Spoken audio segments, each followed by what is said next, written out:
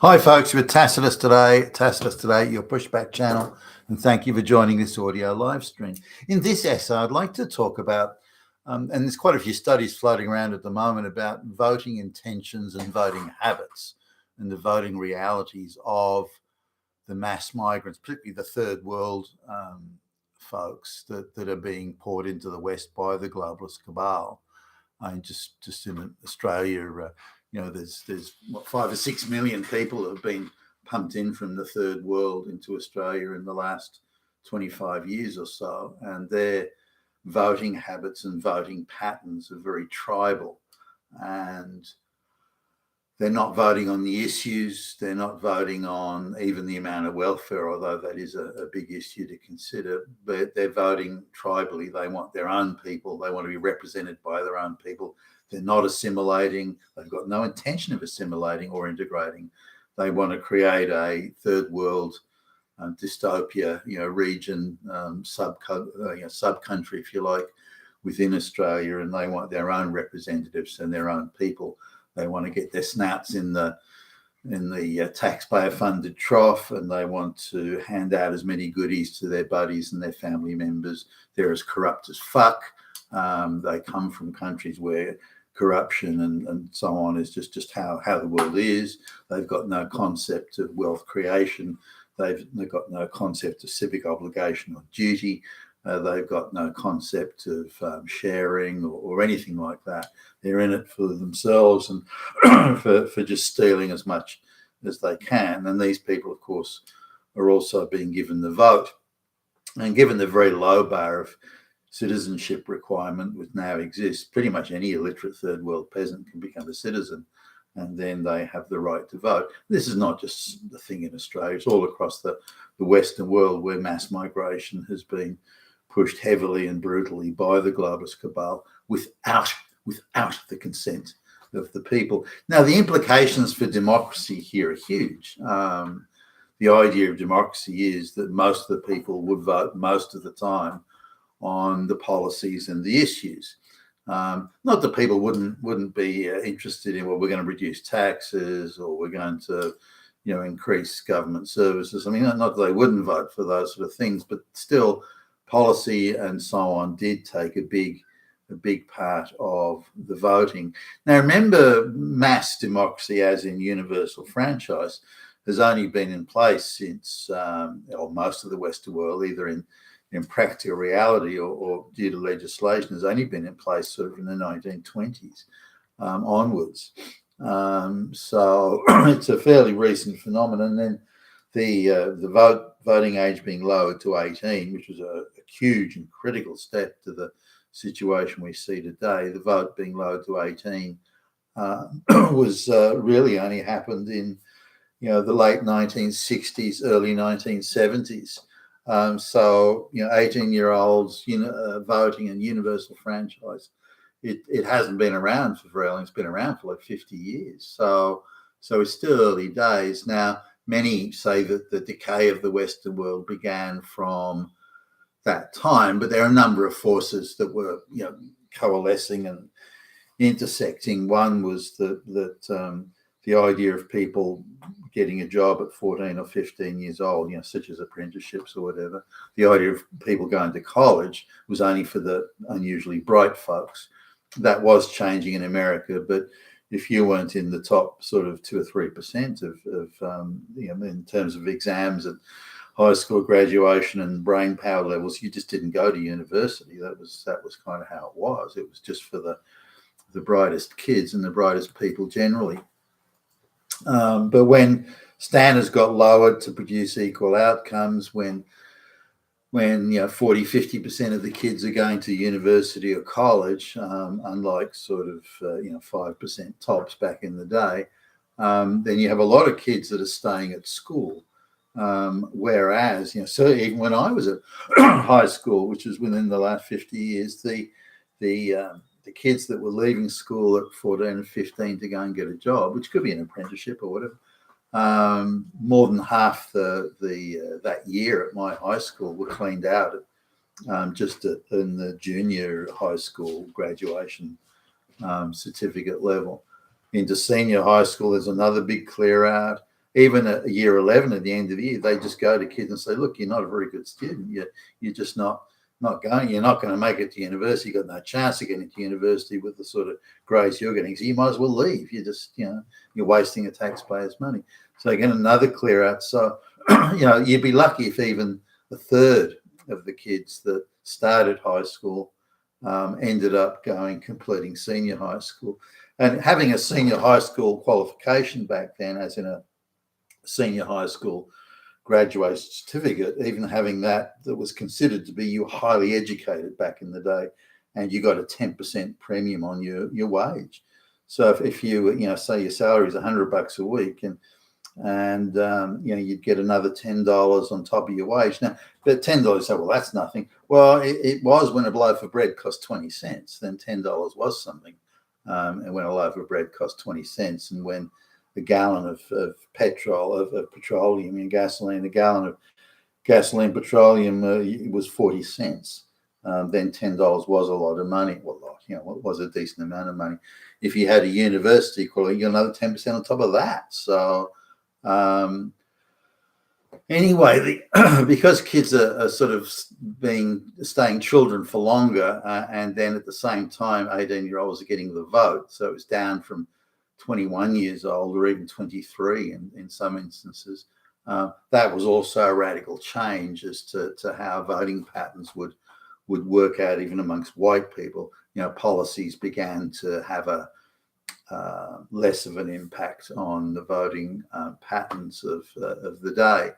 Now add in to that the mass migration, where people are coming in vast numbers, not in ones and twos and this sort of thing, but in millions, in multi-millions, and being given the vote. In fact, the globalists are desperately gagging to give these people the vote, knowing how just merely giving them the vote will totally and completely subvert democracy, the democratic principles, the democratic process, the very idea of the democracy. Now, the ancient Greeks and Romans, everything knew that voting in a homogenous society where people had a stake in society was one type of voting. Giving voting to everybody whose interest isn't in, they don't have a stake in society, whose interest is just getting their snats in the trough, and having their buddies elected to office, then that's a different sort of democracy. And the functioning of the state and of its apparatus is a completely different, given the two types. So coming to the voting patterns now of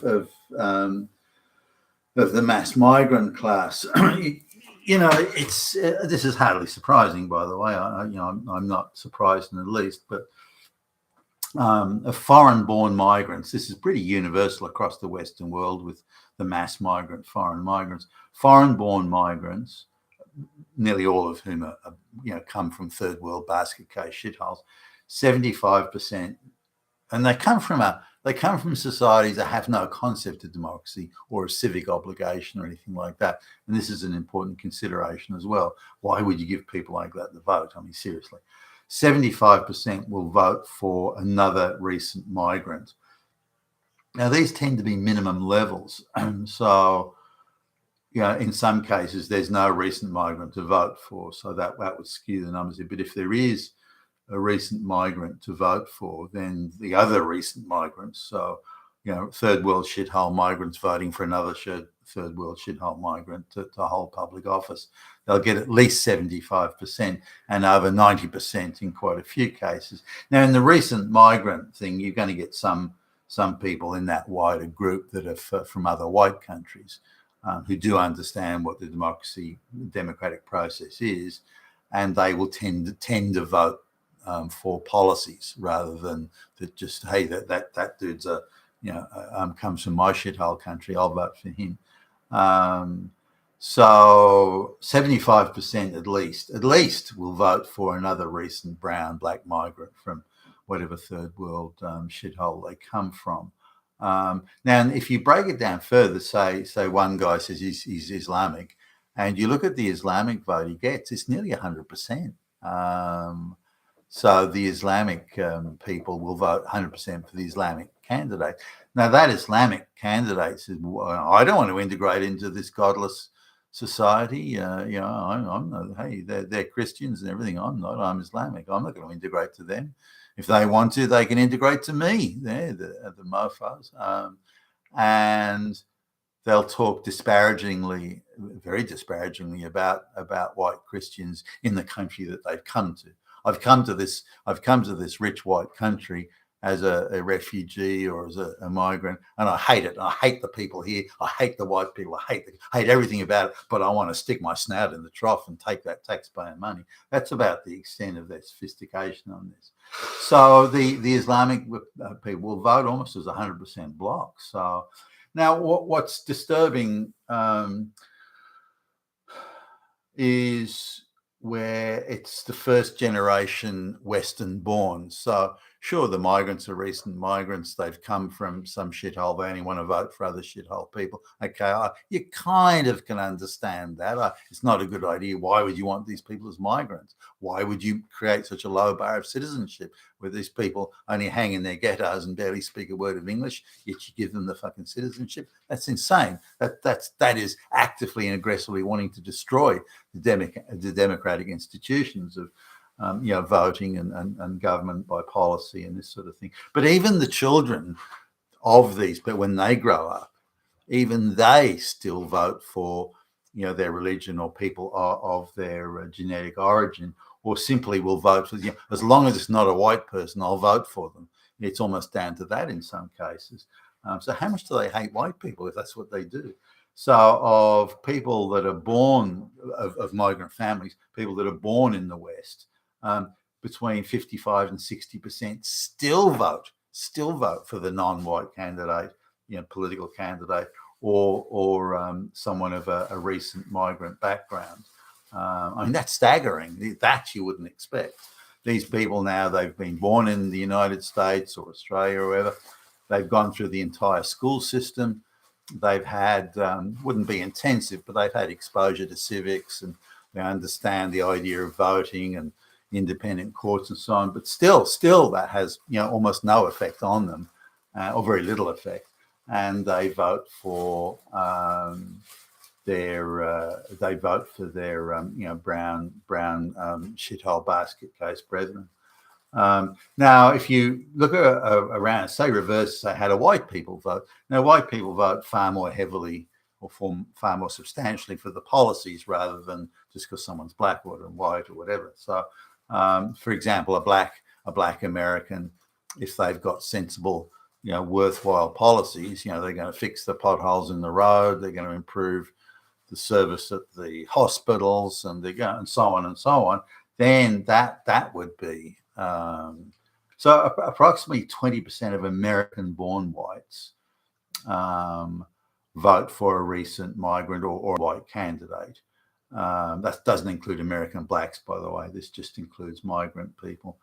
So 20% of American-born whites would vote for a non-white or recent migrant candidate. Overwhelmingly, that 20% is the college kid age range, LGBTQ. As long as it's not a straight white male, it must be good, and that sort of thing. So, but still, but if you look at people over the age of 30, and if you look at straight white male type people, then they're pretty much voting 100% for policy, and the policies are specifically the straight white male typically, but the white candidate is talking policy. They'll get up and talk policy, whereas the Islamic candidate will get up and talk about how evil white Christians are. The LGBT candidate will get up and say how evil straight people are, and so on and so on. So it's hatred all over, whereas the white candidates tend to talk policy, and that's where they get the white vote. But clearly here, the third world migrants, even their children or even their grandchildren born in the West, they're still not voting policy. They're still voting on racial blocks or in the case of the Islam, religious type blocks. Now, if you look at say even black political candidates. And remember that some of these people, that the black people, the voters, have been in the US for 200, 300 years. And they've been, the slaves were freed in the 1860s or 1864 or 65, whenever it was. And so they've been, 150 plus years being able to exercise their vote. There's a lot of talk about the Jim Crow era and this sort of thing, where in order to vote, you had to prove you were literate. Given so many black people were not literate, they could be denied the vote. This is now suppressing the black vote. No, white people that couldn't do it were also denied the vote. So the idea that this was uniquely targeting blacks is bullshit. It was. Now, did it have a disproportionate effect on blacks, given that more blacks were literate? Well, yeah, you could argue that, but the standard was still the same for everybody. So I reject this idea that literacy tests as a prerequisite of voting was somehow or some evil Hitler, Nazi, swastika racist thing. That's bullshit. So, but if you look at today at the black voting pattern, they still argue, the activists at least, argue that black people want black candidates. Well, why? If you're voting for policy, it doesn't matter who the fuck it is, as long as they've got the policies, fixing the potholes, making sure the hospitals work, and making sure the schools have got, adequate repairs and maintenance, and they've got teachers. Those are the issues that are important, surely. But so this idea that the candidate we vote for has to be black, no. The policies you vote for have to be good policies. And if the person standing for office doesn't have good policies for the region, they don't want to open up, factories or have the economy thriving, then you wouldn't vote for them. But it's the policies of the issue.